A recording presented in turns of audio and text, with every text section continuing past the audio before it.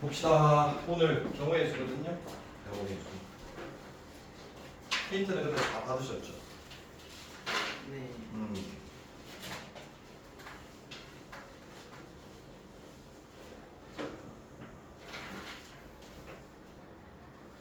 자, 일단 경우의 수거든. 경우의 수. 일단 경우의 수가 뭐냐면은 우리가 하나하나 뭔가 셀 거야. 세는데 일단 어떻게 셀 거냐면은 논리적으로 세야지. 아무런 규칙이 없는데 세지는 않을 거 아니야. 맞지? 자, 그래서 그 내용 하기 전에 어떤 전제 조건이 필요해. 일단 필기해라. 원인이라는 게 있으면 결과가 생기게 마련이거든. 그래서 우리가 이 단원에서 원인에 관련된 이 용어를 시행이라고 할 거고, 이 시행, 한 번의 시행을 한 번, 두 번, 세 번, 네 번, 다섯 번, 뭐 여섯 번 이렇게 반복해서 해서 모은 거를 우리가 시행들이라고 할 거거든. 그걸 뭐라고 하냐면 실험 또는 어떤 관찰을 한다라고 봅니다. 다시 이야기를 할게. 뭐 주사위를 던졌대. 한 번 던지면은 시행인 거지. 원인에 해당되는 거.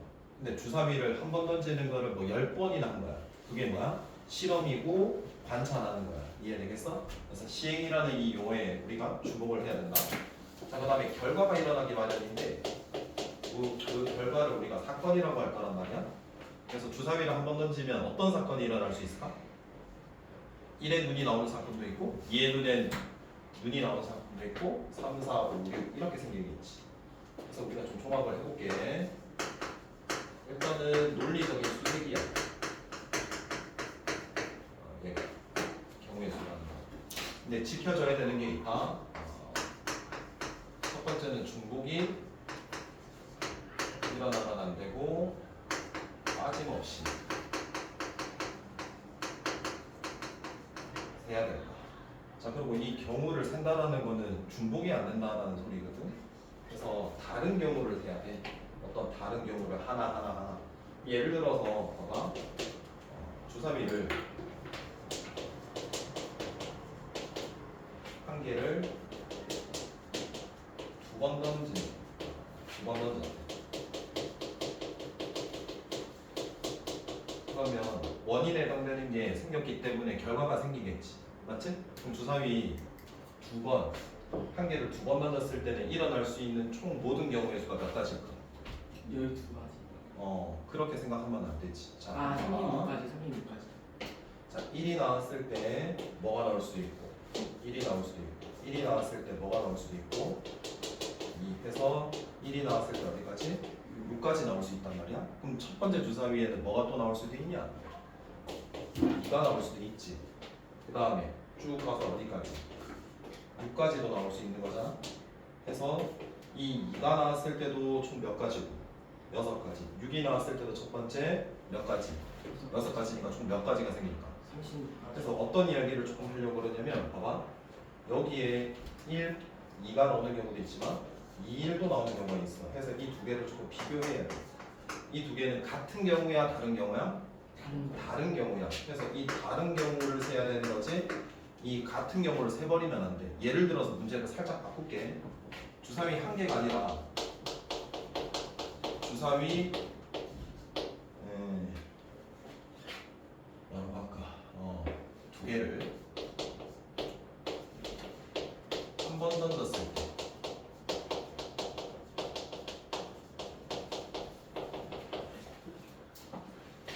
일단 요거는 하지 말자. 일단 좀 헷갈릴 수 있겠다. 일단 여기까지 좀 필기를 해.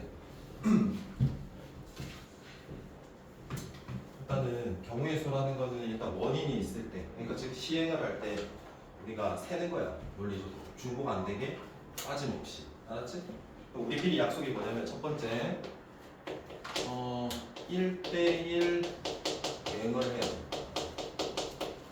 1대1 대응을 한다는 건 뭐냐면 구체화시켜서 우리가 문제를 풀겠다라는 의도예요. 예를 들어서 얘가 낙타 3마리를 뿌리 3개에 각 한 마리씩 넣는 경우의 수를 구하고 싶다. 나는 문제가 있다 진짜. 그 다음에 또 다른 예는 사람 3명이 있는데 이 사람 3명을 자동차 세대에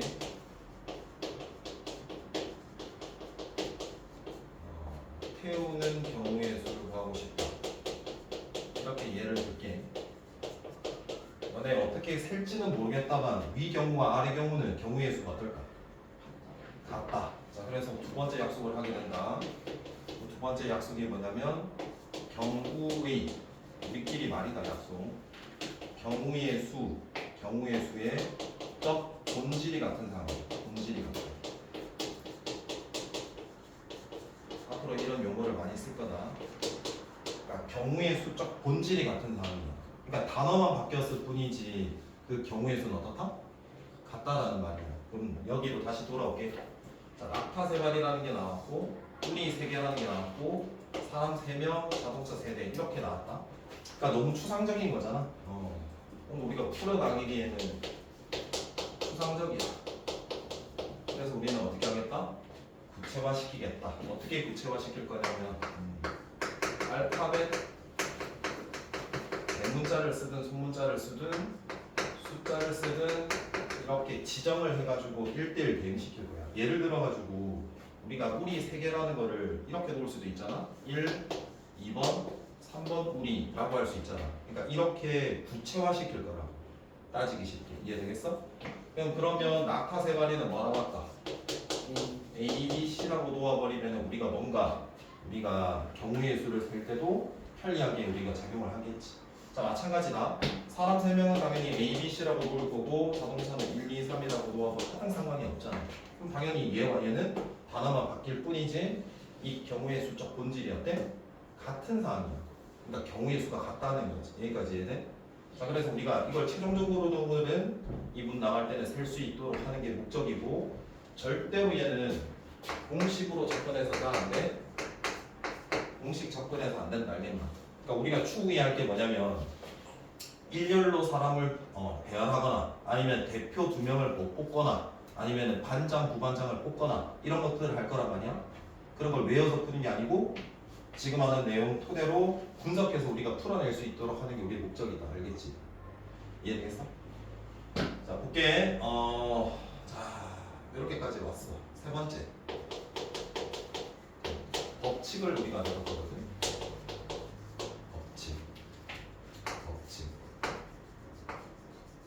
법칙이 중요하고 네 번째 뭘 할 거냐면 꼭 적어놔라. 분할적 사고라고 하는 내용을 들고 올 거야. 자, 뭔 말이냐면 얘부터 할 거야. 낙타 3마리를 뿌리 3개에 우리가 넣는 경우의 수를 하나하나를 카운트하려고 하면 너무나 어때? 복잡하게 느껴지겠지. 그래서 어떻게 하겠다?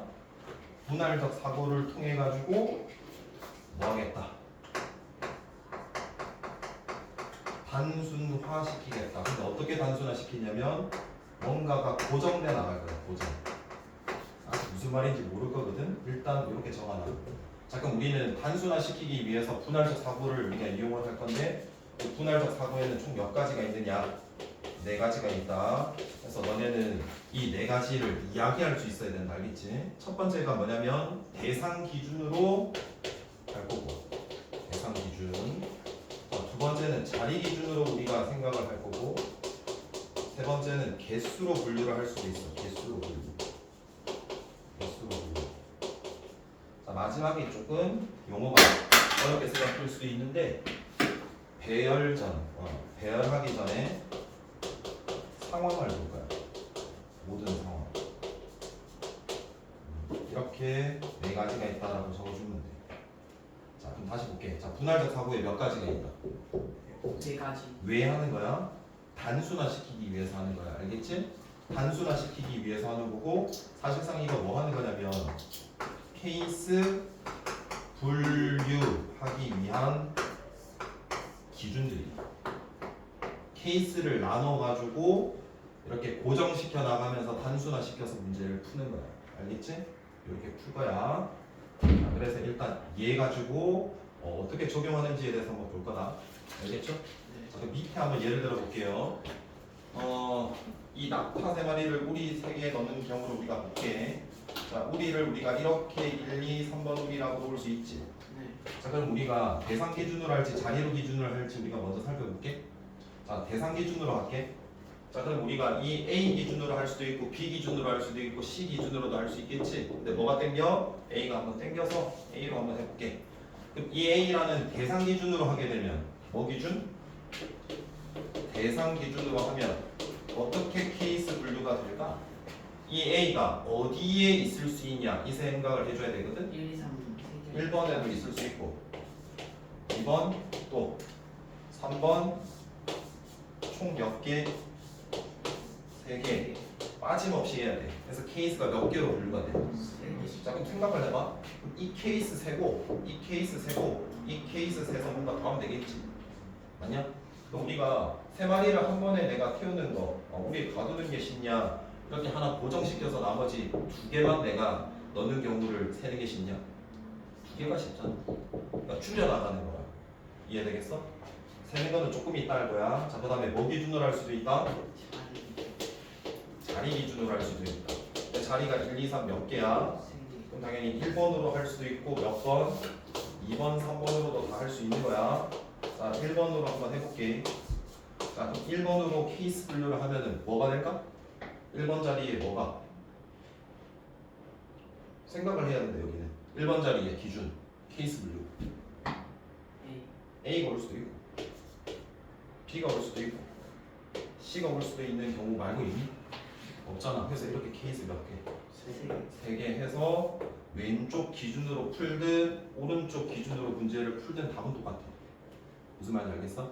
이렇게까지 정리를 해. 자, 그럼 이제 마무리가 되려면 이 법칙을 우리가 살펴봐야 돼. 법칙을. 자, 얘도 네 가지다라고 할 거야. 자, 첫 번째가 뭐냐면 합법칙. 이제 적어볼게. 합법칙. 합법칙. 너네 이제 개념서에 적혀 있는 게 합법칙, 불법칙밖에 없다 용어가. 그러니까 이런 제반 조건은 우리끼리 약속이고 이렇게 생각해 줘야 되는 거다. 자, 그다음에 불법칙이라는 게 있다. 자, 그리고 쌤이 이름 붙인 거니까 샌다의 법칙이고 그렇게 중요한 건 아니다. 그다음에 마지막 수형도다라고 쓸게. 그래서 네 가지다. 자, 수용도라는 게 뭔지부터 볼게. 우리가 초등학교 때 어떤 내용을 우리가 살펴봤냐면 가지치기 모양으로 해가지고 내가 하나하나 세는 거 기억해? 자, 볼게. 기억 안 나는 것 같으니까. 자, 얘부터 한번 처리를 할게. A가 이미 낙타가 들어갔어. 그럼 이제 B 낙타, C 낙타만 남은 거잖아. 그럼 여기에 두 번째 우리에 B 올 수 있는 거 맞냐? 그 다음에 또 C라는 낙타가 올 수도 있는 거잖아. 그럼 이제 첫 번째 경우 볼게. B 낙타 왔으니까 세 번째는 누구? 이렇게 가지치기 하는 것을 우리가 수용도라고 해. 알겠어? 이럴 때는 빠짐없이 셀 수 있을 때 얘 이용이 편리하다는 소리지. 그래서 여기는 뭘까? B지. 자, 그럼 생각해봐. 너네 봐봐. 케이스 몇 개로 나눴어? 그래서 이 A가 첫 번째 자리에 왔잖아. 그리고 그 첫 번째 자리에 왔다라고 고정이 됐잖아. 그래서 누구 알아봤어? B, C만 알아봤지? 두 번째 케이스 생각해봐. 이 A가 낙타가 가운데 왔어. 2번. 그 다음에 남은 낙타는 B, C야. 그럼 얘 개수 이거 세는 거랑 이 세는 거랑 어때? 같아. 그걸 우리가 뭐라고 했어? 경우의 수적 본질이 같다. 그럼 셀 필요 있니? 하나만 세면 되는 거지. 그럼 둘 해서 6개구나라고 이렇게 세는 거야. 이해되겠냐? 오케이? 그 다음에 얘 같은 경우에도 당연히 무슨 도 수용도 이용해가지고 셀 수 있어 없어? 있겠죠. 그래서 얘도 얘는 A에서 B로 바뀌었지만 어차피 개수는 어때? 총 6. 해서 똑같을 것이다 라는 거야. 이해되겠냐? 여기까지 질문 이해됐어? 오케이. 그 다음 자, 이제 여기에서 볼 거예요. 여러 가지로 설명을 드릴 테니까 잘 보세요. 자, 그 개념서에는 뭐라고 되어 있냐면 이 합법칙은 또는 고법칙은 동시에 일어나는 경우라고 적혀 있다. 동시에 일어나는 경우 고법칙을 쓰고 동시에 일어나지 않는 경우는 뭘 쓴다? 합법칙을 씁니다. 이렇게 되어 있거든요. 자, 그러면 이게 납득이 되냐? 잘 납득이 안 되는 거야. 잘 봐라. 삼새끼가 있어. 자, 해서 상의 세 벌이 있고 하의 두 벌이 있대. 그래서 그날 내가 바깥으로 나갈 때 코디를 하려고 그래. 그럼 총 몇 가지가 일어날 수 있을까? 라고 할 때 합법칙을 써야 되는지 고법칙을 써야 되는지를 판단하셔야 되는 거거든. 그럼 당연히 어떤 이게 상준이라고 치자. 그러면 상의만 있고 바로 뛰쳐나갔어. 그러면 당연히 되냐? 하의 없이 나오면 바로 철컹철컹이잖아. 그러니까 상의 입고 하의도 입어야 되는 거지. 그래서 얘는 동시에 일어난다라는 개념에 해당되는 고법칙 써야 돼. 근데 너네가 받아들이기에 동시에 일어난다라는 게 우리가 납득이 돼? 잘 안 되거든. 그래서 이렇게 보정을 조금 할게. 순차적 개념 이렇게 적어놔라. 순차적 개념이 우리가 들어가 있으면 무슨 법칙을 써? 고법칙. 야, 상의 입고 그르고 하의 입는 거잖아. 그래서 순차적인 개념이 들어갈 때는 이 고법칙을 쓰는 거야. 예를 들어서 그럼 얘 대등되는 게 뭐가 있겠니? 얘가 생각을 해봐. A라는 지점이 있고 B 지점이 있고 C 지점이 있다. A에서 B, C를 가고 B에서 C까지 갔다. 알겠니? 자, 그럼 얘도 A에서 C를 가는 경우의 수를 세고 싶대. 그럼 몇 가지야? 할 때 합법칙을 써야 돼? 고법칙을 써야 돼? 고법칙. 고법칙. 근데 동시에 일어나는 경우라는 게 납득이 돼? 잘 안 되잖아. 그래서 어떻게 A에서 B 갔다가 그리고 순차적으로 B에서 또다시 어디 가야 돼? 그래서 고법칙 이렇게 적용시키면 돼. 그리고 이 구조는 얘랑 어때? 똑같아. 그래서 경우의 수적 본질이 같은 거야. 상황 자체가 바뀌었을 뿐이지 그냥 어차피 그 경우의 수적 본질은 같은 거야. 단어만 바뀐 거야. 단어만. 알겠냐? 그래서 이렇게 읽어낼 수 있는 거에 대한 힘을 기르셔야 돼요. 아시겠죠? 그 강조를 하는 거고. 알겠니? 자, 그럼 봐라. 자, 일단 샌다이 법칙 먼저 할게. 샌다이 법칙은 이름만 붙인 거야. 자, 너네가 흔히 뭐 한다? 노가다로 샜다 이러잖아. 아무런 규칙이 없는 거야. 그러니까 간혹 이런 문제가 나올 수도 있잖아. 그래서 우리가 그럴 때 노가다 문제라고 표현을 하기 그러니까 하나하나 샌다 해서 샌다이 법칙이라고 하는 거야. 거의 안 나와. 자, 여기가 끝이 아니고 이제 들어간다. 우리끼리는 합법칙, 고법칙을 적용시키는 기준을 다르게 잡을 거야. 첫 번째, 이 고법칙으로 잡을 거다. 이 고법칙은 뭐라고 할 거냐면 경우의 수적 본질이 같은 상황일 때. 자, 근데 빠졌다. 여기에 뭐가 들어가냐면 각 케이스마다 라고 적어줄게. 자, 우리는 문제를 풀 때 너무 복잡하면 문제를 풀기 힘들어서 어떤 사고를 이용해서 풀기로 했어? 분할적 사고, 케이스 분류해서 단순화시키려고. 맞지? 몇 가지 있었어? 네 가지. 대상, 자리, 어떤 개수 분류, 열전 모든 상황 이렇게 케이스 분류할 거잖아. 맞냐? 근데 그 케이스마다 경우의 수적 본질이 뭐 하면 상황이면 무슨 법칙? 고법칙을 쓸 거고. 그럼 얘에서 봐봐. 이 케이스 자리 기준으로 했어? 대상 기준으로 했어? 세상. 대상 기준으로 우리가 분할적 사고로 케이스 몇 개로 나뉘었어? 그래서 하나 셌어. 그냥 몇 개야 수용도 이용해서 두 개라 셌잖아. 그럼 너네 보기에는 얘는 몇 개? 라고 예상이 되고 얘도 그래서 경우의 수적 그러니까 각 케이스마다 경우의 수적 본질이 뭐하면 같으면 고법칙인 거야. 왜? 하나만 세서 상황 곱하면 되는 거야. 얘 상황에서 경우의 수가 몇 개? 두 개. 근데 그 상황이 몇 개? 세 개. 그래서 3 곱하기 2 이렇게 하면 되는 거야. 아시겠죠? 그 다음에 이 합법칙은 반대 경우입니다. 자, 이 그림 지울게요. 잘 그리지도 못하니까. 자, 얘 같은 경우는 똑같이 갑니다. 자, 각 케이스마다 똑같죠? 경우의 수적 본질이 그렇지. 본질이 다르거나 모르면 어떻다? 일일이 세는 거야. 다시 여기 봐봐. 얘는 3개라고 예상이 돼. 이거는 뭐 2개거나 이게 5개거나 다르지. 그럼 이것도 뭐하고? 세고 세서 다 더하는 합법칙이야. 이해돼? 그리고 얘가 3개인데 얘는 몇 개인지 잘 모르겠어. 얘도 몇 개인지 잘 모르겠고 같은 이 경우의 수적 본질이라고 예상이 안 돼. 그럼 어때? 각각 세서 더하겠다는 소리야. 이거 가지고 계속 문제를 찔러보고 해가지고 우리가 분석을 해야 되는 거야. 이해돼? 네. 자, 마무리하면 경우의 수라는 거는 말 그대로 어떤 시행이라는 원인이 생겼을 때 다른 걸 세는 거야. 같은 거 세면 돼? 안 돼? 안 된다. 자, 이 문제 몇 개만 내가 적용을 시켜 드릴게요. 일단 76쪽 펼치세요.